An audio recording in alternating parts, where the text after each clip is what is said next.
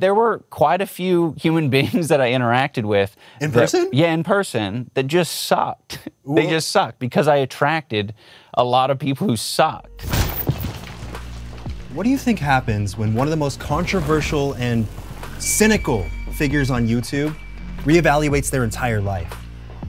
And why has he never talked about the things that happened in his childhood before? I'm Anthony Padilla, and I spent today with IDUBBBZ to find out. Hello, Ian. Oh, hello. Oh, hello. Yeah, I didn't know that that's what you were doing. I know, it was either that I was gonna attack you or I was gonna shake your hand. Right. I'm glad you trusted me though. Mm-hmm.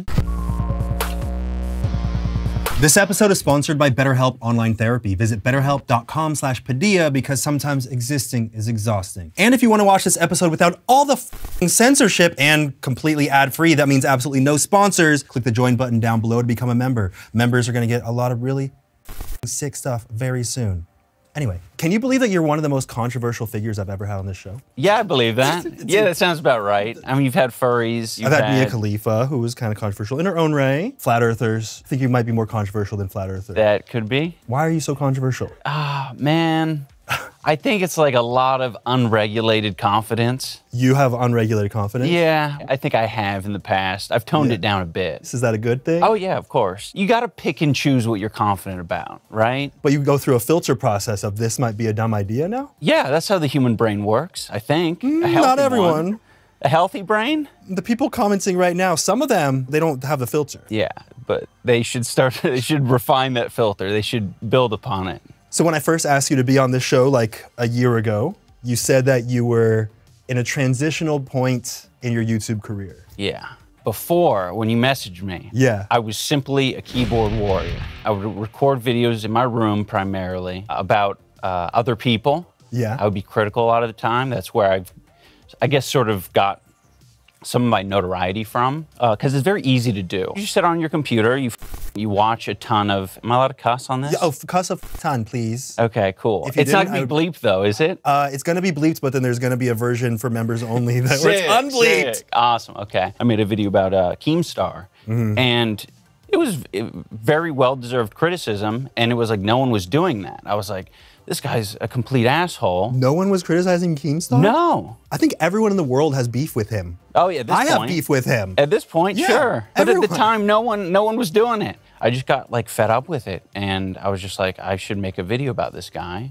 And a lot of people, I think, for them, it was like relatable and also a little bit cathartic to be like, oh, finally, someone's talking about the shit that I've been seeing him do for the longest time. Like, this feels a little good, and I think it's valid. I think there's totally a place for it.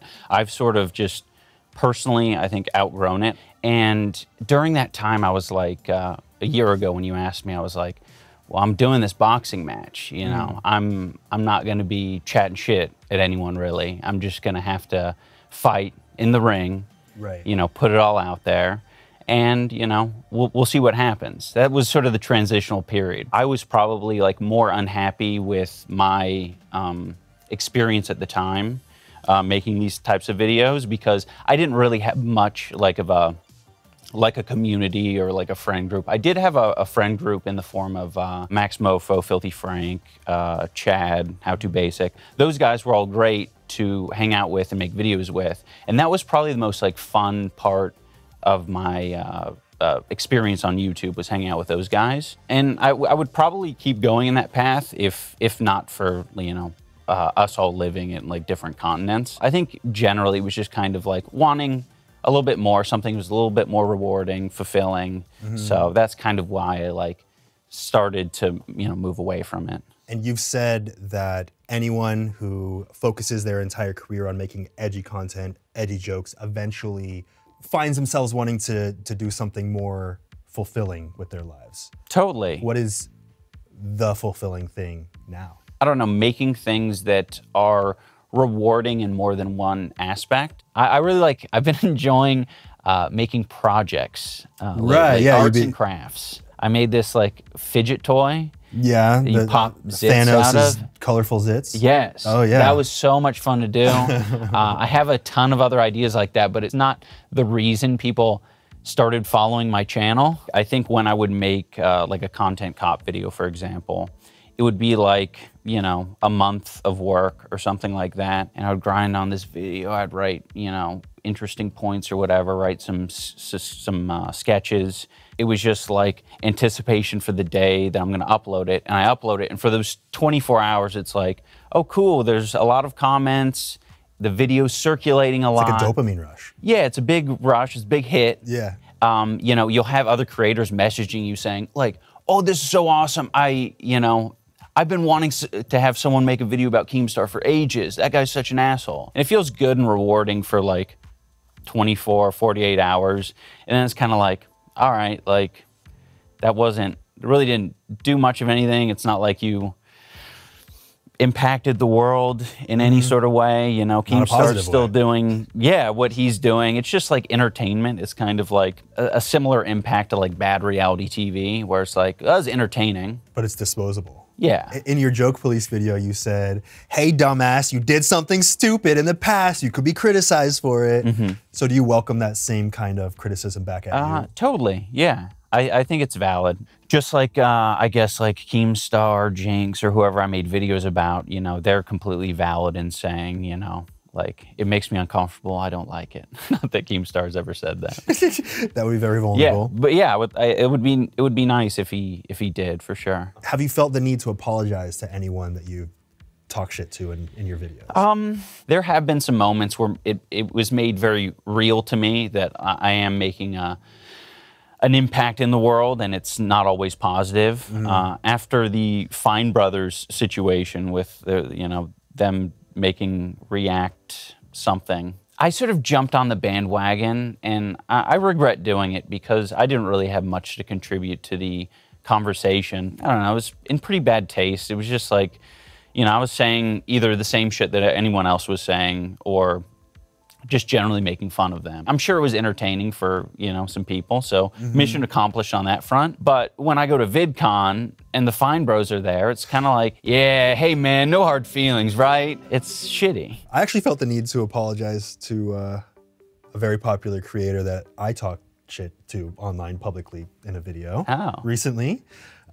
Do you mind sharing? Yeah, sure. There was, you know, the time period of 2017, 2018 where it was so popular to make videos criticizing people. So I spent a day with Jake Paulers, and I was like, I'm gonna bring in his fans and kind of ask them questions about why they like him. And, you know, I kind of got the point across where it was like, they liked him because he was obnoxious, I guess, and they didn't really know why otherwise. And that was kind of the point of it. And I remember, you know, I released it, and I was kind of trying to prod a little bit. So I put this little clip on Twitter and tagged him in it. And my girlfriend at the time was like, yeah, but what was the point of it? And I was like, to show that I couldn't think of anything because it was like, people already talk shit. Yeah. What am I contributing to this? He got super pissed about it, and he DM'd me and called me an imbecile, and he went on his brother's podcast, Logan's podcast, and pulled up the clip, and he talked shit about me back. I don't want to just like be another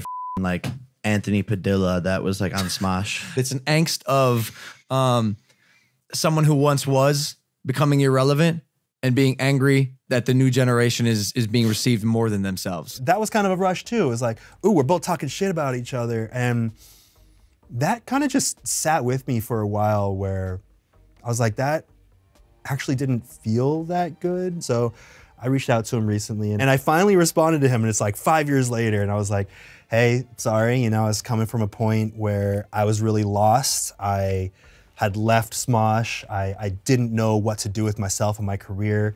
And it was really popular to commentate and talk shit about people. You were just right there front and center of everyone talking shit about you. And I felt like, you know, that was my thing, was to contribute in that way.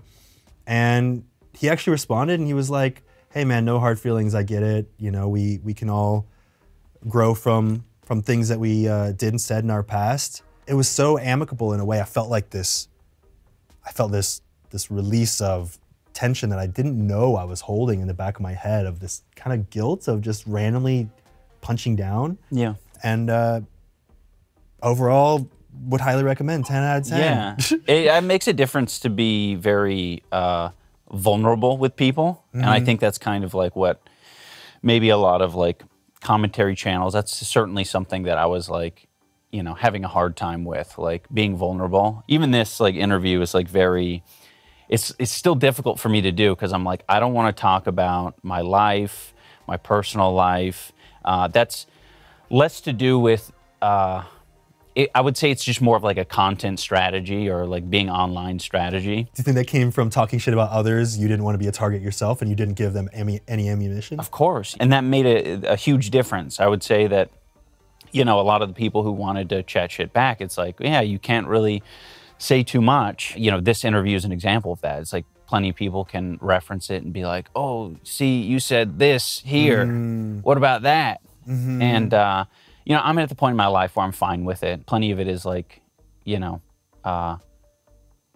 well-deserved. Like, you know, if I'm going to put some negativity out in the world, like, it's very understandable that I would have it come back. Another thing that ended up kind of guiding the path a little bit, I did not like the interactions that I had with fans. There were quite a few human beings that I interacted with. In person? Yeah, in person, that just sucked. They just sucked because I attracted a lot of people who sucked. Some people were, as I described earlier, were very much like antisocial, weird, basement dwellers. And, you know, the one time a month that they come out of their cave is going to restock on supplies at Walmart, and they run into me, their favorite YouTuber. Which is kind of the lifestyle you were living at the time. Yeah, exactly. I don't blame them. And what would they say? What would they do? Things that I am certainly not going to repeat. I'm talking bad words, cringy behavior that like maybe I'd do in a video because I got a camera pointed at me. There'd be some of that energy matched in person, and it's like, oh,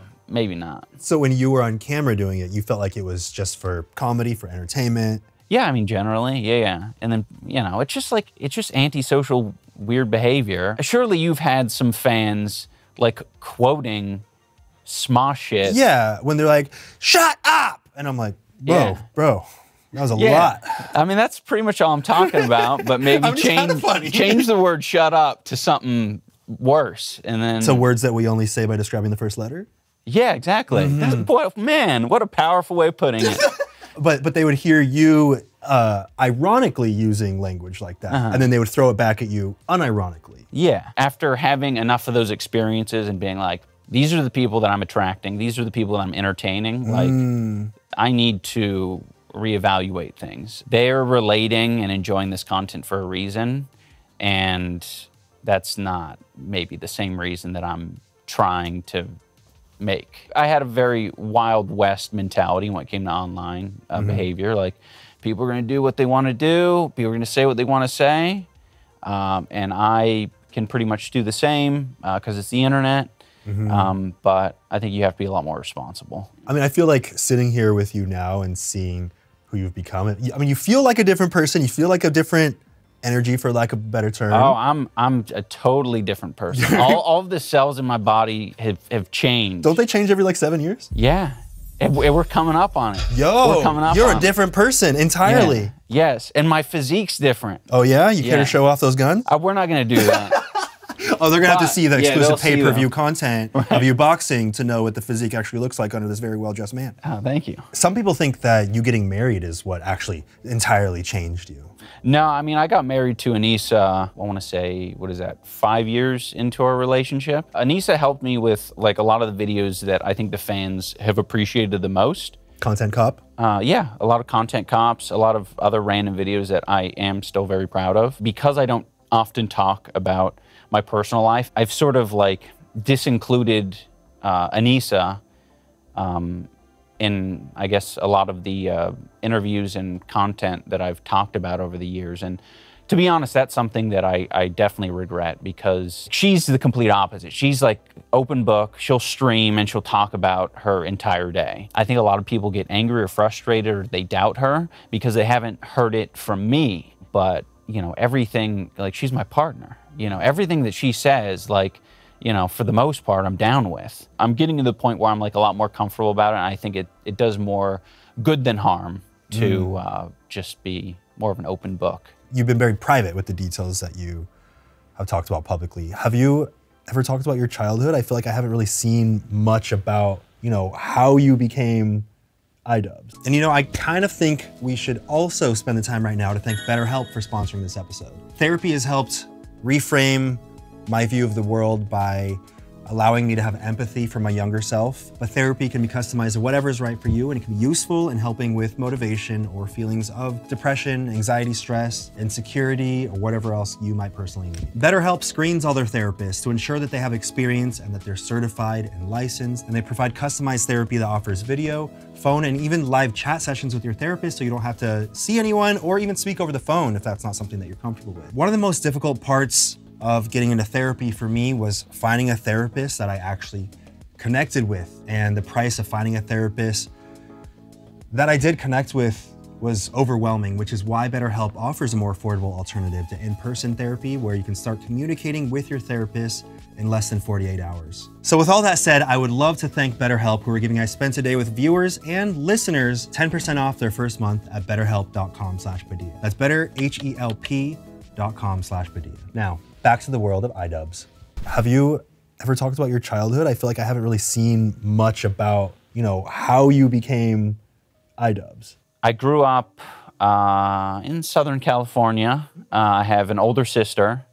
I was raised by a single mother till I was 10-ish. I made a lot of friends with like the weird kids. They were actually not weird. They were guys who were also raised by single mothers. They were a little bit more, I would say that they just weren't assholes. Oh, they had some sense of empathy? Yeah, exactly. I think we related in a lot of ways, but I don't think we realized that it was most likely because we were raised in a single parent household. My dad was in prison, so he came back when I was around 9 or 10. So like he wasn't in my life for a period. What was it like reconnecting with a parent, you know, bringing them back into your life when they technically were a stranger? I think the biggest thing is just like how different fathers want to raise their sons. Well, it was like, come on, we're gonna go throw the pigskin, son. That kind of shit. Was it a lot of like, amplify that maybe a little bit? How amplified did it get? Gender role type shit and like an idea of how men need to be. And you know, being raised by a single mother, like I didn't really fit a lot of those norms or those ideas. Chores is a good example. Like, what does a guy do for chores versus a woman? Do you have any ideas? Yeah, take out the trash. Oh, because men are gross. Because they're gross. They love rolling around in shit. They stink. Facts. What else? The yard work, because they get in the dirt. It's also dangerous. Oh, in the dangerous. yard. Yeah. You know, you can get stolen, kidnapped. Oh, yeah. Who knows? But if you're a man, you're not going to get kidnapped. Impossible. No one wants to human traffic you. Yeah, because you got a dick. That's right. And balls. One memory that I had, I liked reptiles. I liked animals growing up. Yeah, you're into amphibians and shit? Yeah, amphibians. Yeah. My dad and I went to a reptile store, but like I was kind of thinking maybe I wanted a snake. But it had like a little cute nose. It was all, it wasn't one of those like evil fucking diamond-shaped heads that look like they're gonna fucking snap you. And I was like, that one's pretty cool. But my dad was there. There was a little pressure there to get the snake that my dad was a little vibing with a little bit more. Oh, the scarier one. The one that was like, maybe a few feet longer. Yeah. It was a little bit bigger around. So of course we got that one. Yeah. And we had that snake in my room. And you were just like scared of it in the corner? I mean, pretty much. The top of the enclosure was just like essentially a screen door. Yeah. That just like kind of pressed in, and this snake was big. So that sucker would just push that screen door open and just leave at will. And one time it was out of the cage and it wrapped itself around the bottom like leg of the dresser that was on. So there was like a situation where it was like, okay, I'm lifting up the dresser so my dad can go in there and get the snake. My dad gets bitten while he's under there. I'm shocked, so I like dropped the dresser. Yeah. Which wasn't a great reaction. But yeah, he exploded on me and like it didn't really, definitely made me feel bad for reacting the way that I did. And that was like, that was a memory that I had because it was just very, it was a lot. And it was like with a thing that I didn't even want to be friends with, the snake, there was a disconnect there. What about your living situation growing up? We lived in a trailer park for the first, like, I don't know, I guess 7 or 8 years. When my dad got out of prison, that's when we were able to like move into a proper house. My mom had a lot to deal with, but it amazes me that like she was able to be a single mom with a husband that she's still like, you know, in contact with and like, you know, occasionally visiting in prison and raising 2 kids. It's like, I get worried about getting like a second dog. Yeah. It's so stupid. You mentioned to me that some people talk shit about you and they're like, trailer park, this and that. You're like, literally. Yeah, I mean, it's true. I don't like, I guess, necessarily identify it with it too much because it's like, I don't know. I blot a lot of that out in my memory. And I also don't interpret it as bad as it maybe was. That's something that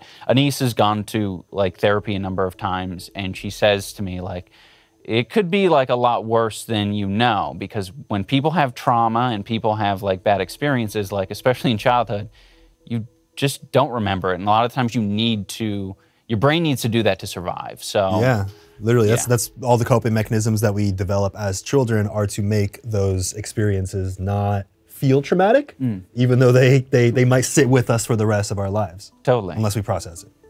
Yeah. But that's hard. I don't want to process. And then you have to cry and shit. Yeah, no thanks. No. Men don't cry. Men don't cry. I've hit a point recently where I cry a lot more often. From really weird shit too. We watched the Puss in Boots movie. And that hits you? I cried like probably 3 different times in it. Why are you more open to crying now? Gaining empathy. Yeah? Well, it sounds like you always had it, you just shut it off. I mean, that might be a good way of putting it. It's hard to tell because I haven't, you know, I haven't self-reflected too much on it. Being that way, being avoidant and not, you know, sharing feelings or thoughts and hoarding them has led to like a lot of missed business opportunities, a lot of missed personal connections. I'm trying to get better at it. Maybe you can relate to this, but my mother being a single mother and seeing her feel so overwhelmed all the time, I didn't want to add to that. And what does that mean? That means not expressing your emotions and convincing yourself that you don't feel any emotions. But now that I've gotten better, you know, through years of therapy and changing my perspective about where emotions actually go, it's allowed me to see things a lot more clearly. These are emotions that I was hiding away. They're all tucked away neatly behind walls. And once I started dismantling these walls, I'm able to get a much better perception of the things in front of me. Yeah, I that's a great way of putting it. Like having a much clearer view and, you know, not having those thoughts influence kind of everything that you do and everything you interact with. And it seems like those are some of the feelings that you were feeling while creating the content that was a little bit more aggressive.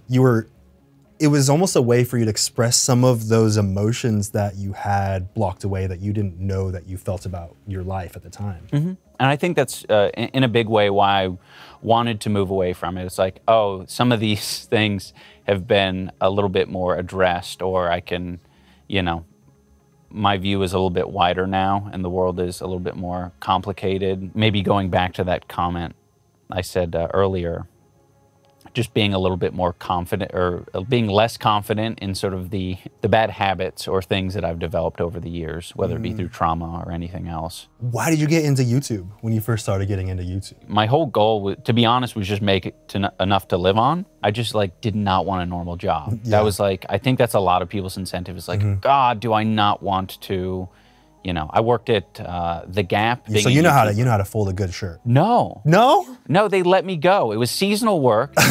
You got fired from The Gap? I wouldn't say it's fired. They said, oh, let go. Let go because we're done with the holiday season. We don't need you anymore. But if I was a good employee, they would have kept me. The second job was Legoland. And while I was working at Legoland, like I had that job on lock. It was cool. It was just like a standard job. I wanted just like a basic job. I didn't want to be like let go because it was the end of the season or whatever. So you found a really secure job? Yeah, super secure.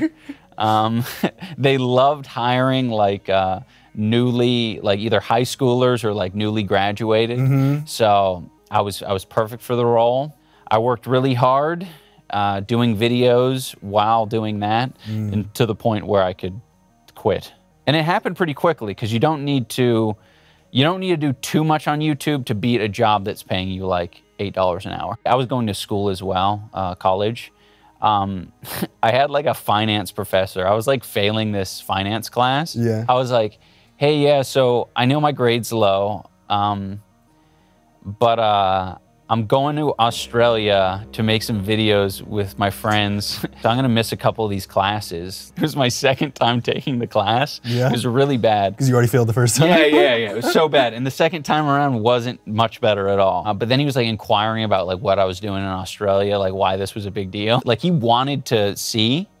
He wanted to know why. He's like, this better be good. Yeah. I showed him this fucking video of us doing it's a video called Deadly Twister. We are all in like Where's Waldo costumes. Yeah. And we're like stepping in spaghetti and putting our fingers in mouse traps and shit. It was super bizarre. You're like, this is my professor's gonna love it. I needed to show him something that had like good views on it or something. Oh yeah, you're like, that justifies it. Yeah, I just like, I need to show him the legitimacy of it. I kept scrolling and was like, you know, like, hey, like, look at this, like views, like this is important, right? Like this is my job. You'd give other people time off if it was their job. He didn't really get it, but he had like a curiosity about like, I wonder what like the young kids are doing these days. Yeah. And you know, I was one of the young kids these days. Yeah. And he was like, oh, neat. Like, it kind of felt like he was happy that I was willing to share something with him. Because he was very fuddy-duddy finance professor. And no one considered him like, you know, like a professor they could chill and hang out with. No one tried to connect. Yeah, so I was like, kind of fortunate. Like, I think that's why I ended up getting a passing grade, because I was at least giving him a window into my life. And then I think when I came back, I had shaved eyebrows, a shaved head. Right. You put it all in the line. You sacrificed Yeah. your entire physical appearance for that video. Yeah, that's easy though. It's hard for you. You're a pretty boy. Yeah, no, I can't get away with that. That's literally, you invited me to be part of Creator Clash, and I was like, yeah, no, I'm not interested in boxing. Real reason, I gotta protect the goods. Yeah. I'm not about to get my face decimated. Oh, dude, it kind of looks hot though. Is it hot? When you have, like, you have to have the appropriate amount of damage. Like, if you got a black eye, yeah, you look so hard. kind of sexy. It's like, he's seen some You don't want to shit. get swollen though. No. You don't want to change the shape of the face. You just want some, you know, accents. Yeah. Yeah. Get some cuts. Yeah, that video that you made right afterwards where you had two black eyes, I was like, you know, this IDUBBBZ guy, kind of looking a little sexy, if I do say so. That I did not look good in that video. But you had some battle wounds, bro. I looked like a fucking, like a Navi, like an avatar creature. I honestly think if you got into boxing, you'd love it.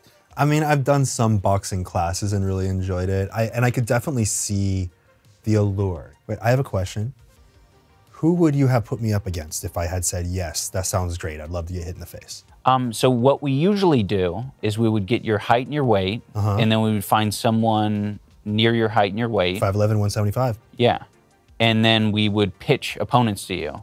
Odd one's out, I could take him. James definitely wants to fight. So like, really? Yeah, that could, if you wanted it, we could definitely make that happen for next year, hands down. I'm not committing right now. That's fine. But you have to be confident about who you're fighting. I feel pretty confident about taking James out. That's I like that. Yeah, I'm not saying anything. I'm just putting a little seed out there. We'll see what happens with it. Oh, that's good. We'll see what happens. Wow. I'm not getting into mindset. Respect. I'm just putting a seed. Hey, that makes it look official. There was just a seed.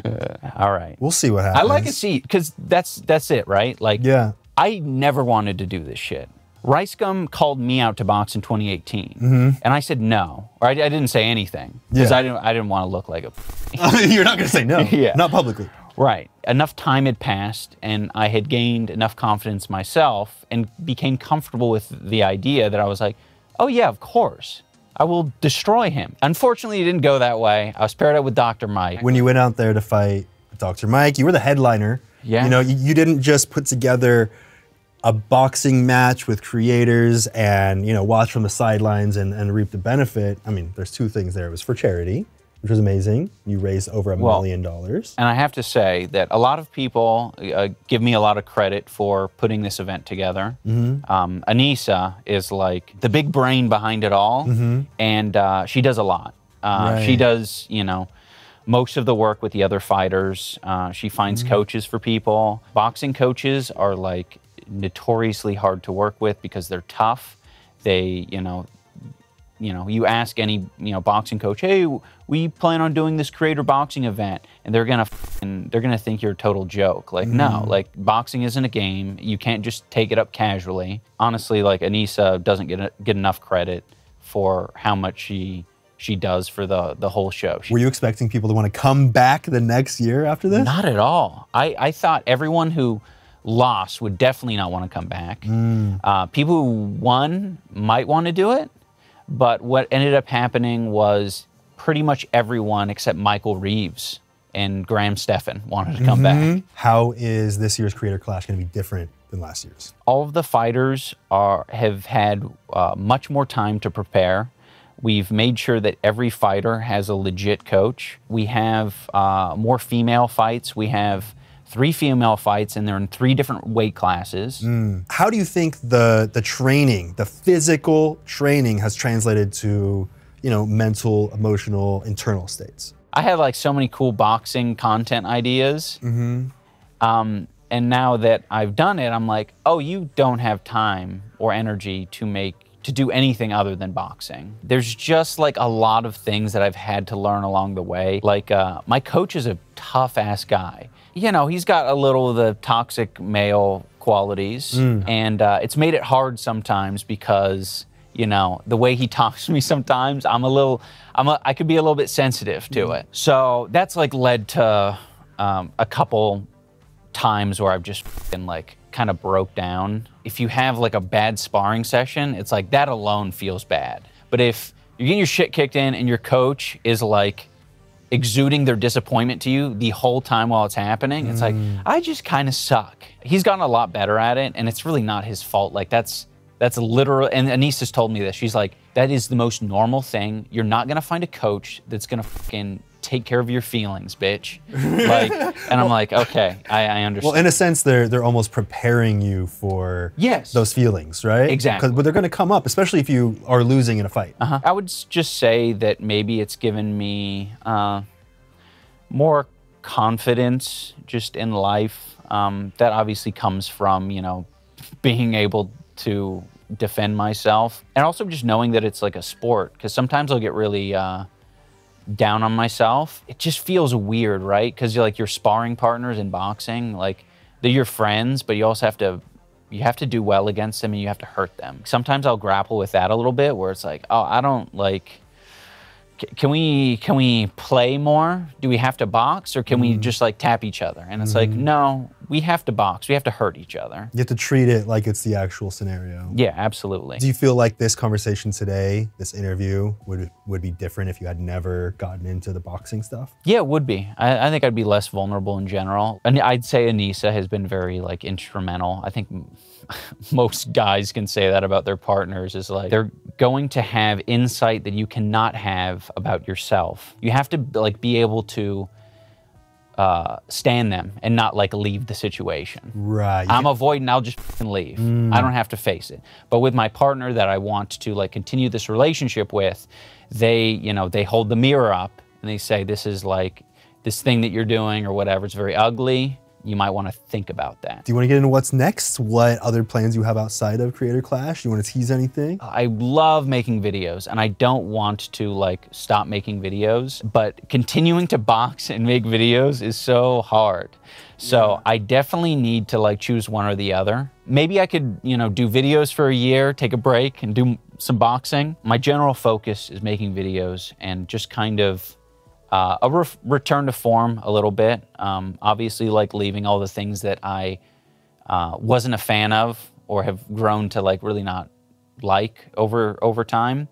Leaving that behind, and at least keeping some of what makes the IDUBBBZ channel the IDUBBBZ channel. I'm not sure what that is. I'll have to figure that out. Hopefully, with time, like people will be like, oh yeah, he does that sort of thing now, and that interests me. If it doesn't interest some people, then, you know, RIP. What brings you the most joy? I think making content with people who I enjoy being around, like my wife, Anissa. It checks a lot of boxes.